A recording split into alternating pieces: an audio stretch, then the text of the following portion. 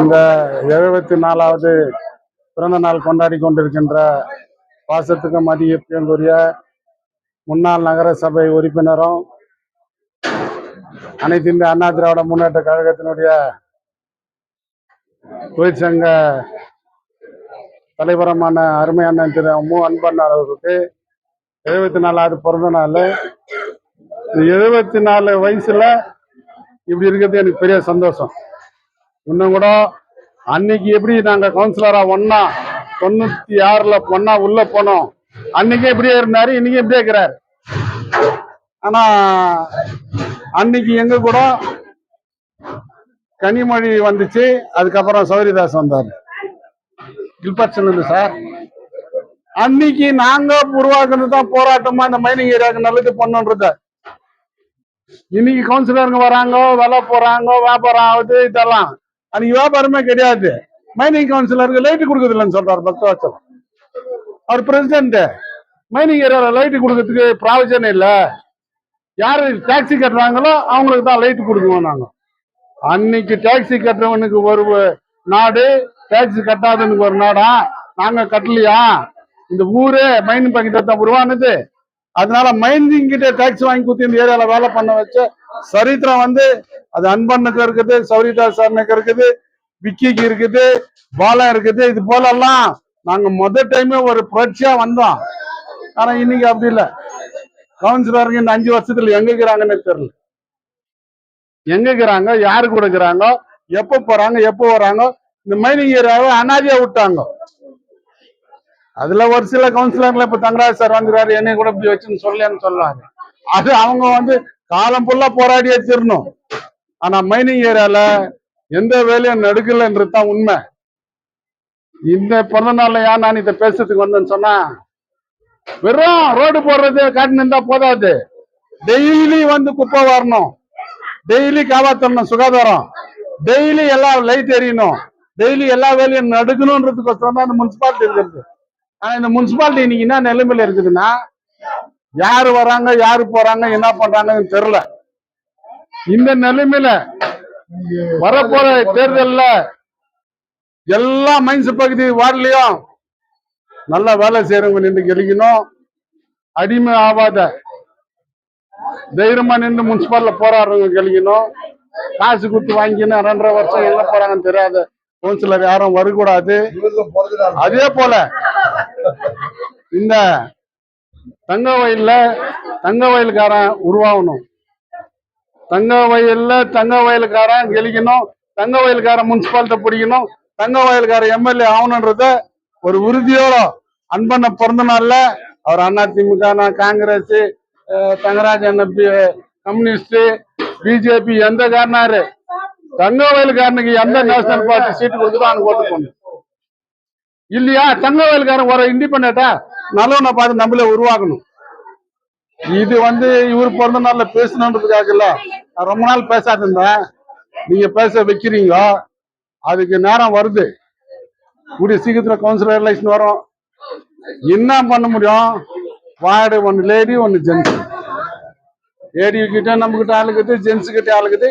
தெரியாத கர்நாடகா கவர்மெண்ட் நம்ம இவங்க திருநங்கைங்கன்ட்டு அவங்களுக்கு சீட்டு கொடுத்த கூட நம்மளால நினைச்சு வச்சு அந்த திருநங்கை கெளிக்க வைக்கிறோம். இந்த தைரியத்தோட எல்லாம் எலெக்ஷனை கண்டெஸ்ட் பண்ணி இந்த மைன்ஸ் பகுதியை ஃபர்ஸ்ட் காப்பாற்றணும். இந்த கேஜிஎஃப் காரனுக்கு தாசில்தார் ஆபீஸ்ல கேஜிஎஃப் காரன் இல்ல, முனிசிபாலிட்டி ஆபீஸ்ல கேஜிஎஃப் காரனை மதிக்கிறது இல்ல, போலீஸ் ஸ்டேஷன்ல கேஜிஎஃப் காரனை மதிக்கிறது இல்ல. என்ன நடக்குதுன்னே தெரியல. இந்த ஊர் ஒரு காலத்துல எல்லாமே கேஜிஎஃப் காரன் யூனியன்ல இருந்து, தாசில்தார் ஆபீஸ்ல இருந்து, முனிசிபாலிட்டியில இருந்து, போலீஸ் ஸ்டேஷன்ல இருந்து, ரெவன்யூ ஆபீஸ்ல இருந்து. இன்னைக்கு ஒரு தாசில்தார் கிட்ட, ஒரு ரெவன்யூ ஆபீசர் கிட்ட ஒரு சைன் வாங்கினோம்னா 2000 ரூபாய் ஆகுது.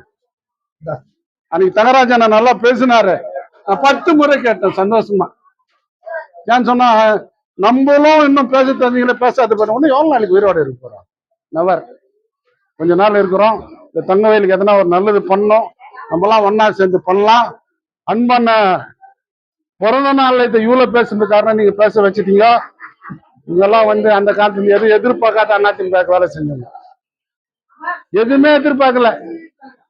இவங்க எம்எல்ஏ 82 83 ஆகும்போது புச்சிந்தா கௌதம் நகர்ல இவரு ஒரு 10 சைட் வச்சிருந்துக்கலாம். இங்க இருக்கிற அந்த ஐடி படத்துல ஒரு 2 ஏக்கரா நிலம் பூச்சி வச்சிருந்துக்கலாம். இந்த பக்கம் பிம்மல்லாம் கறக்காய் எல்லாம் பூச்சி வச்சிருக்கலாம். எதுவுமே பூச்சி வைக்காத 3 முறை எம்எல்ஏ பண்ணி இந்த ஊர்ல ஒன்னும் சம்பாதிக்காத இனி கூட அவரு சொந்தமா ரேஷன் போட்டுக்கின்னு சொந்த கடை வச்சு வாழ்ந்துங்கிறாருன்னா இது போல உண்மையான காரியத்துல பேசுறேன். இன்னும் இவரு 100 வருஷம் வரலாம் நல்லா இருக்கணும். ஆனா நீ அடுத்த பிறந்த நாள் கொண்டாடும் போது எம்எல்ஏ எலெக்ஷன் வரணும். அது யாருன்னா கேஜிஎஃப் காரனுக்கு ஓட்டு போடுன்னு சொல்லணும். நன்றி, வணக்கம்.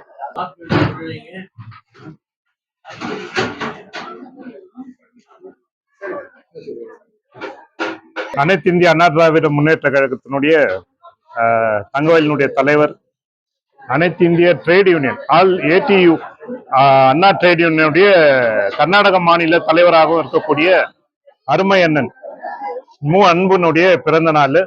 ஏற்கனவே நம்மளுடைய முன்னாள் நகரசபை தலைவர் அருமை சகோதரர் KC முரளி அவர்கள் பல்வேறு விஷயத்தை இன்னைக்கு சொல்லி இருக்கிறாரு. அந்த வகையில இதெல்லாம் என்னன்னாக்கா சகோதரர் முரளி அண்ணன் அன்பு இப்ப தங்கராஜ் இல்ல இங்க இருக்கிற இதெல்லாம் மைண்ட்ஸ் மூஞ்சிக்கும். இந்த முகங்களே பார்த்தாலே சொல்லிடுவாங்க இது தங்கவயல் முகம், இது மைண்ட்ஸ் முகங்க அப்படின்ற மாதிரி. அந்த வகையில இன்னைக்கு பார்த்தாக்கா தங்கவயலினுடைய எந்த பிரச்சனைகளா இருந்தாலும், அந்த தொழிலாளர்களுடைய பிரச்சனைகளா இருந்தாலும் இந்த குரல்கள் ஓங்கி ஒழிச்சினர்.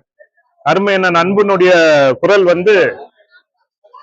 தொடர்ச்சியா நாம பார்க்கலாம். இந்த தொலைக்காட்சி மூலியமாவோ இல்ல யூடியூப் சேனல் மூலியமாவோ இல்ல போராட்டங்கள் வழியாகவோ இன்னைக்கு காலங்காலமா இன்னைக்கு 74 வயசு கடந்த ஒரு 55 ஆண்டுகளாக இந்த தங்கவயல்ல இந்த தொழிலாளிகளுக்காக போராடிய பல்வேறு இயக்கங்கள், அது CIT தொழிற்சங்கம், CPM பார்ட்டி, இன்னைக்கு அவங்களுடைய ட்ரேட் யூனியன் எல்லாம் கூட இன்னைக்கு தொடர்ச்சியா போராடினவங்க. அவருடைய தியாகம் மிகப்பெரிய தியாகம். இன்னைக்கு அவரு தான் எம்எல்ஏவா இருக்கக்கூடிய வாய்ப்பு. ஆனா அத தியாகம் செய்து, ஆனா அதே கட்சியில இன்னைக்கு வரைக்கும் கூட அவர் தொடர்ச்சியா இன்னைக்கு இருக்கிறத நாம பாக்குறோம். அது பல்வேறு இக்கட்டான சூழ்நிலைகள் வந்தா கூட அந்த கட்சியில தொடர்ச்சியாக இருக்கக்கூடிய அண்ணன் இன்னைக்கு அவனுடைய பல்வேறு விஷயங்கள் இன்னைக்கு இந்த ஊர்ல இருக்கக்கூடிய பல்வேறு விஷயங்களை சகோதரர் KC சொல்லி இருக்கிறாங்க. ஆனா கிட்டத்தட்ட 14,000 பென்ஷன்களை கேன்சல் பண்ணியிருக்கிறாங்க. எல்லாம் 60 வயசுக்கு மேல இருக்கக்கூடிய முதியோர்களை கேட்டா என்னன்றா அந்த சர்டிபிகேட்டை கொடுக்கணுமா, 32,000 ரூபாய் வருஷத்துக்கு வருமானம் இருந்தா அவனுக்கு பென்ஷன் இல்ல. வீட்டுல யாரோ ஒரு பையன் இருந்தாக்கா அவனுடைய வருமானத்தை 1 லட்சம் போட்டு அவனுக்கு பென்ஷன் கேன்சல். அவர் சொன்ன மாதிரி இன்னைக்கு CET என்ஜினியரிங்க்கு சில பேர் போறாங்க நம்ம பகுதியில இருந்து கூட. இன்னைக்கு வரைக்கும் கூட தாசில்தார் சைன் பண்ணாத அவஸ்தப்படக்கூடிய நிலைமை. இது மாதிரியான சூழ்நிலை இது யார் கேட்கறது? இது மாதிரியான குரல்கள், அன்பண்ண மாதிரி குரல்கள், எங்களை மாதிரி குரல்கள், இந்த மக்கள் மேல அக்கறை இருக்கக்கூடியவங்க தான் இந்த விஷயங்களை கேட்கறது. ஊருக்கு குடி தண்ணீர் இல்லை. பீஜமல் ஏரியா பகுதியெல்லாம் பேத்மங்கல தண்ணீர் குடி தண்ணியை குடிச்சிருந்தோம். இன்னைக்கு பாட்டில் தண்ணியை நம்ம குடிக்கக்கூடிய நிலைமை இருக்குது. பீஜமல் மூடி 25 வருஷம் ஆச்சு. இன்னைக்கு ஜிம்கானா மைதானத்தை திறந்துட்டாங்கன்னு சொல்லிட்டு அது ஒரு நல்ல விஷயம், ஒரு அடையாளம்னு வச்சுக்கலாம். ஆனா மோடிய பீஜமல் திறக்கணும் இல்லையா? அந்த தொழிற்சாலை இருந்தாங்க, அந்த தொழிலாளிங்க இருந்தாங்க, அதனாலதான் ஜிம்கானா கிரவுண்டே வந்துச்சு. இன்னைக்கு ஜிம்கானா கிரவுண்ட் திறந்துட்டும் பீஜமல் திறக்கல. அந்த தொழிலாளிகளுக்கு கிடைக்க வேண்டிய நிலுவ பணம் கூட இன்னைக்கு வரைக்கும் கொடுக்கல. 3300 தொழிலாளியில 1500 தொழிலாளி செத்து போயிட்டான். அந்த தொழிலாளிகளுக்காக போராடி அவர் அன்பண்ணன் எங்களோட சேர்ந்து ஒரு நாள் காலையில போன் பண்ணோம். காலையில 8 மணிக்கு போன் பண்ணாக்கா தூக்கத்துல ஏஞ்சுக்கிறாரு. என்னன்னா இவ்வளவு லேட்டா ஏஞ்சுக்கிறேன்னாப்பா 1 மணி 2 மணி ஆச்சுப்பா, ஏதோ ஒரு ஆக்சிடென்ட்டோ இல்ல ஹார்ட் அட்டாக், ஏதோ ஒரு பெங்களூர்ல ஒரு ஹாஸ்பிட்டல் அங்க போய் கூப்பிட்ட குரலுக்கு நிக்கக்கூடிய ஆட்கள் இவங்க எல்லாம். அப்ப அந்த பீஜமல் விஷயம் கூட இது மாதிரியான ஒரு சூழ்நிலை. கான்ட்ராக்ட் தொழிலாளி இன்னைக்கு விலைவாசி எப்படி இருக்குது? இன்னும் கூட 12,000 15,000 சம்பளம், அது கேட்கறதுக்கு ஆள் இல்லை. இது மாதிரியான குரல்கள் தான் கேட்கிறோம். சகோதரர் KC முரளி சொன்ன வார்த்தையை முழுமையா ஒத்துக்கிறேன். இந்த மாதிரி மக்கள் பிரச்சனையில இருக்கக்கூடியவங்க நாங்க தான். அந்த வகையில மக்கள் கூட சிந்திக்கணும். வரக்கூடிய நாட்கள்ல இந்த பிரச்சனைக்கு மேல நாம தான் நின்று நாம தான் ஜெயிக்கணும். நிலத்தை அபகரிக்கிறவங்க, கோடிக்கான பணத்தை வியாபாரமா போயிட்டு இன்னைக்கு MLA MP ஆகுறவங்க மக்களை பத்தி சிந்திக்க மாட்டாங்க. மக்களுக்காக இருந்தவங்க. அருமை என்ன அன்பை பத்தி இன்னொரு விஷயம் சொல்லணும்னாக்கா, வருஷம் வால் போஸ்ட் 2 வரும். அவங்க அம்மாவை மறக்கவே மாட்டாரு அவர். அந்த அம்மாக்காக வால் போஸ்ட் போடுவாரு. இங்க எல்லாம் கூப்பிட்டு சாப்பாடு போறாரு. அவங்களுடைய தம்பி இன்னைக்கு மிலிட்டரியில பாகிஸ்தான் பார்டர்ல போராடி உயிர் தியாகம் பண்ண அந்த தம்பியை இன்னைக்கு வரைக்கும் கூட வால் போஸ்ட்ல கிட்டத்தட்ட 30 வருஷம் ஆச்சுன்னு நினைக்கிறேன். அந்த தம்பி இறந்துட்டு அதுக்கு மேல ஆயிருக்கலாம். அது மாதிரி ஒரு அந்த பேர்ல இருக்கிற அன்பு அவருடைய நடைமுறையிலயும் இருக்குது. வரக்கூடிய நாட்கள்ல வந்து எங்களோடு சேர்ந்து பல்வேறு போராட்டங்கள்ல அவர் உறுதியா நிக்கிறதுக்கு அவருக்கு நல்ல ஆரோக்கியம், நல்ல ஆயுள் இருக்கணும்னு சொல்லிட்டு மார்க்சிஸ்ட் கம்யூனிஸ்ட் கட்சியின் சார்பாகவும் எங்களுடைய இயக்கங்களின் சார்பாக அண்ணனுக்கு வாழ்த்துக்களை தெரிவித்து முடிக்கிறேன். நன்றி.